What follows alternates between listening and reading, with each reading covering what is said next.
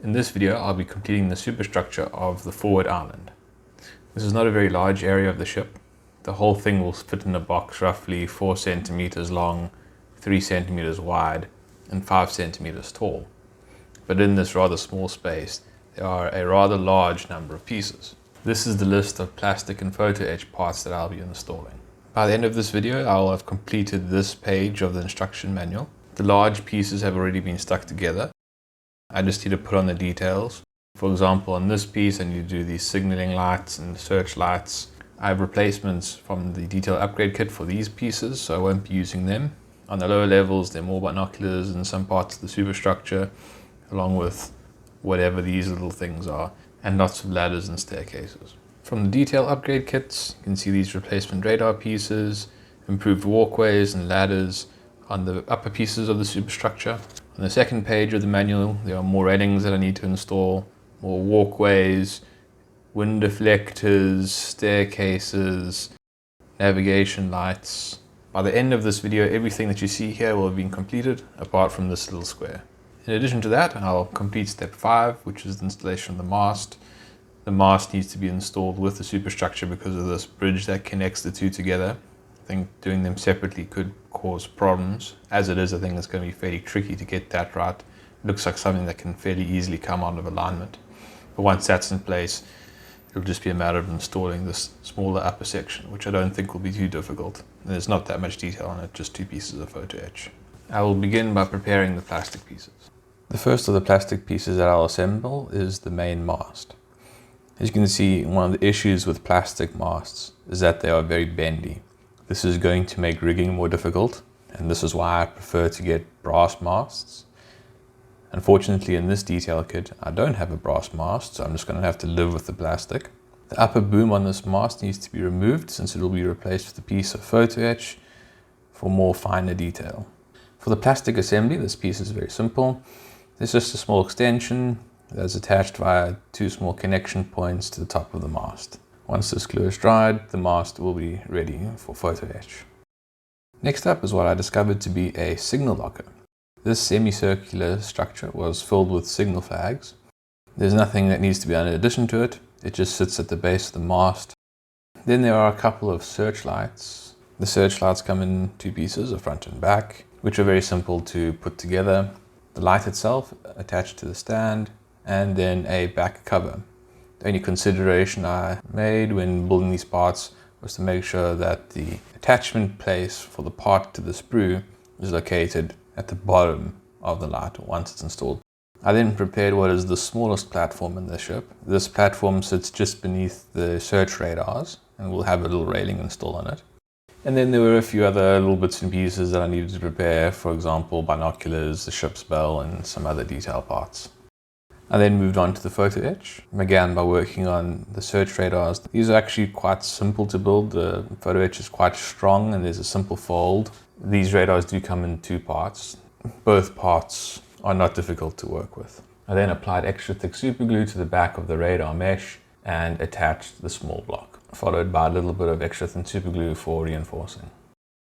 On this part of the superstructure, there are 4 wind deflectors. The wind deflectors help make the areas a little bit more habitable for the crew by forcing them up and over the exposed deck. Rather conveniently, once folded, at the back of these parts there's a small trough which serves as an excellent place to put super glue to secure everything in place. There are another set of navigation lights. These are the green starboard and red port lights. The only thing that's a little bit tricky on this is that there's a curved piece, which is where the lights would sit and shine out onto the red or green panel. The only trick there is choosing the right size diameter cylinder to bend the photo etch against. And in the same fashion as with the wind deflectors, there's a cavity at the back of this part, which serves as a good place to apply the super glue. As previously mentioned, there's a little bit of photo etch on the mast. These are essentially upgrades to the booms. This is some of the easiest photo etch to install. There's no folding required. You just cut it out and apply it in the correct location. Moving from simple photo etch to more delicate photo etch, we then have this little structure. After the effort of that little antenna, I moved on to some simple photo etch. These are the support structures that go underneath the starfish platform. These parts are folded in half and then glued together with extra thin super glue. The folded struts were then attached to the starfish platform while the platform was still in its sprue. This made it a bit easier to handle. And that brings us to the end of the photo etch, which meant everything was then ready for painting. At this stage, almost everything is just painted in this light grey color, but there are a few details that need to be painted in the darker paints. The larger pieces I hold with either my fingers or in locking tweezers. The very smallest parts I leave attached to the sprues. The intermediate sized plastic parts in photo etch that I have folded I then stick to tape, which is attached to an ice cream tub lid. There are a few pieces that need to be sprayed in the deck color, and in a moment of not paying attention, I managed to spray these deck color pieces in the color of the dark grey for the camouflage. Fortunately, I picked up this mistake quite quickly and resprayed them in the deck grey. With everything painted, time then came to install the plastic parts. First I installed this ship's bell. I will later go on to paint the bell in a brass color. Following that, there are these little structures. I'm not sure what they are, binoculars or telescopes or some such thing. These are small details I've installed in a few places on the ship at this point. Following that, some signal lights were installed, and then the previously constructed searchlights. The searchlights and signal lights on the face where there should be glass, I painted it with a metallic silver to try and give it the appearance of that silver backing that you would find in lights. Once all the plastic parts were installed, I then moved on to photo etch pieces. The first of the photo etch pieces that I installed were the wind deflectors. I initially painted everything in the light grey with the intention to come back and brush paint them in the correct color. For small pieces like this, you aren't going to notice the difference between it being spray painted and brush painted. Once tacked on with extra thick super glue, I used extra thin super glue to ensure a good bond and to try and smooth its joints, and then sanded them down and repainted over the area to blend them into the surrounding camouflage. And then on the sides, I installed the navigation lights in a similar fashion to the wind deflectors. Moving to the very top of the ship, I decided that it would be easier to install the platform first and then put the railing onto it, simply so that I had something bigger to hold on to while I was working on it. It was then time to work on railing. This piece was a bit awkward to work with. In hindsight, I think I should have just cut the railing off of the floor and then folded it separately. Having it attached made it quite difficult to work with, especially since it needs this ball on the end of this long walkway. But after a bit of battling, I did manage to get it into a reasonable shape and get it installed on the ship. This is another case of take it slowly, tack down key places with extra thick super glue, and then extra thin super glue to reinforce where you can. After a rather horrible railing to work with, this was a very nice piece of railing to work with. I found that over-curving a railing is better than under-curving it. You'll get a better alignment with the plastic part when you stretch it out. The railings on the upper portions of this piece are also quite easy to work with, just have simple curves, so there's just a bit of trial and error to get that curve right. Something that I discovered about this kit is that it is missing a ladder between two of the decks. They have a plastic piece, they don't have a photo etch piece, and in the detail upgrade kit there also isn't a replacement photo etch piece for it. So what I did was I raided my unused and offcuts collection, and I used this as a replacement for the horrible plastic part which otherwise would have had to have been used. There are then yet more staircases on the ship. As I've shown you many times before, they are quite simple to fold even though they look very delicate, and in this case, because the location is very well known, I pre-applied the glue and did a little bit of touch up to the paint with the brush. And then for the last set of railing, just has one simple bend in it, just a matter of aligning it with the part correctly and then gluing it down with extra thin super glue. At the back of the rangefinders there are two platforms.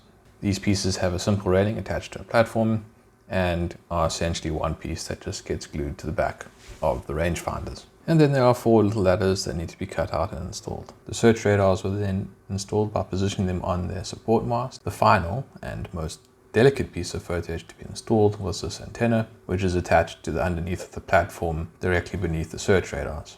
All the parts were then prepared for weathering by covering them in a layer of clear gloss acrylic varnish. This is Tamiya X22. Weathering then commenced with black panel iron. Due to the glass varnish, you can put it on wherever you want without much concern about overdoing it, because it is always very easy to remove once you have prepared a part in this way. I like to remove most of it. I don't like the overly weathered look, so most of it will come off.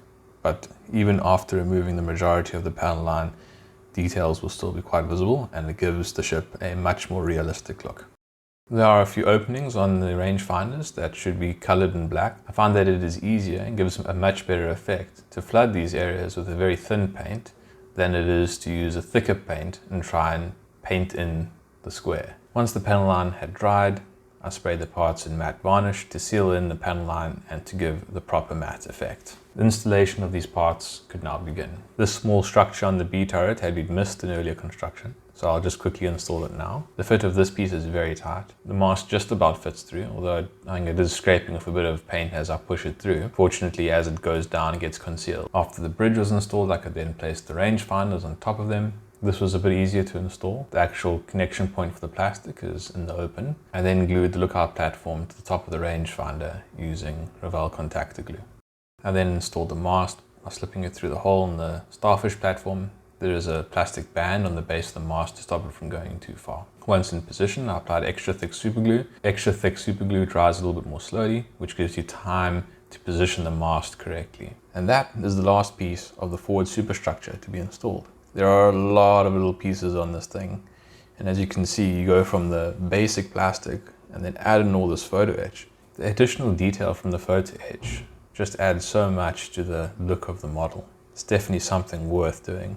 As you can see in these close-ups, even though I removed the vast majority of the panel line, there still is quite a lot on there, and it gets into the little gaps and brings out the detail. If you look at the circular platform near the base of the mast, you can see that I've filled that signal locker with little signal flags. Each of those flags is folded into quarters and then super glued to its neighbor. So you get this kind of concertina row of signal flags that I then bent and crammed into that semicircular signal locker. In the next video, I'll be working on finishing the aft part of the superstructure and possibly installing the 100mm guns. That's all for this video. Thanks for watching. Cheers.